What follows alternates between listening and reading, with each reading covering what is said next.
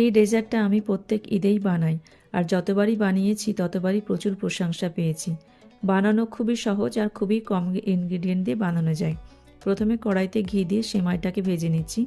এখানে সেমাইগুলো আমি আগে থেকে ভেঙে নিয়েছিলাম। ভাজা হলে তারপর অল্প অল্প করে পানি দিয়ে সেদ্ধ করে নেব। অল্প অল্প করে পানি দিয়ে সেদ্ধ করব, কারণ এটাকে শুকনো শুকনো রাখতে হবে যেন এটা পাতলা না হয়ে যায়।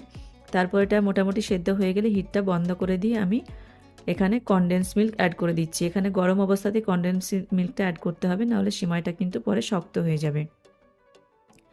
এরপরে কনডেন্স মিল্কটা অ্যাড করে তারপরে এটাকে ভালো করে মাখিয়ে নিয়ে আমি এখানে বাটিতে ট্রান্সফার করে নিচ্ছি। এখানে আমরা 3টে মানুষের জন্য করছি, ওই জন্য 3টে বাটি নিয়েছি। 3 টেবিল স্পুন মতো বাসমতি রাইস আমি এখানে ভিজিয়ে রেখেছিলাম, 5 ঘন্টা ভিজিয়েছিলাম। সেটাকে আমি বেশি করে পানি দিয়ে ওটাকে গ্রাইন্ড করে নিচ্ছি, দেখতে এরকম দানাদার হবে।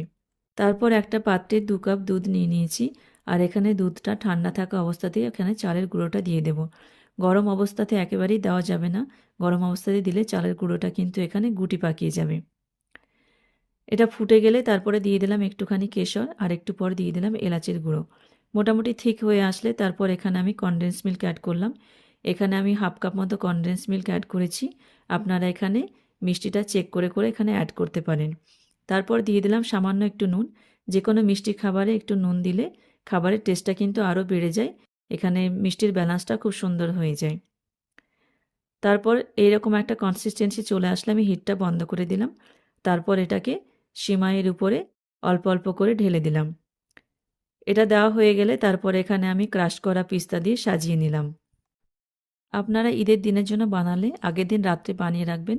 সারা রাতের সিমাইটা ফিরনিটা থেকে ময়েশ্চারটা টেনে নেবে, আর এখানে উপরটা অনেক ক্রিমি কনসিস্টেন্সি হয়ে যাবে, আর খেতেও খুব সুন্দর লাগবে।